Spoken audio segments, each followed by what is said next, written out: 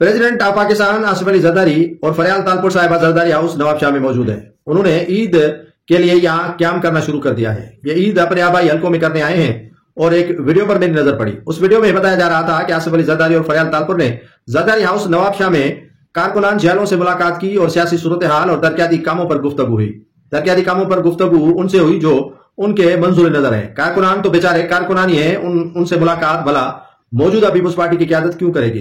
कोई भी वर्कर मुझे नजर नहीं आया। वो लैंड क्रूजर वाले और बड़ी बड़ी गाड़ियों वाले और पीपुल्स पार्टी की मौजूदा क्यादत के मंजूर नजर और खास तबका उनके सामने मौजूद था और सरनगू था और आसिफ अली जरदारी और फरियाल तालपुर साहिबा से कैनालों के मुतालिक कोई सवाल ही नहीं किया।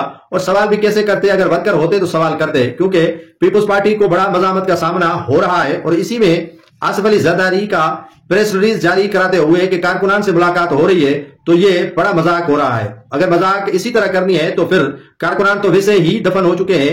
जो दरबारी हैं वो आने वाले दिनों और वक्तों में इसी पीपुल्स पार्टी को इस तरह छोड़ जाएंगे जिस तरह मुशर्रफ को काफ लीग और दीगर जो इत्तेहादी जमातें थी छोड़ गई थी और तन्हा मुशर्रफ दुबई में वक्त गुजार कर दुनिया से ही कूच करके चला गया।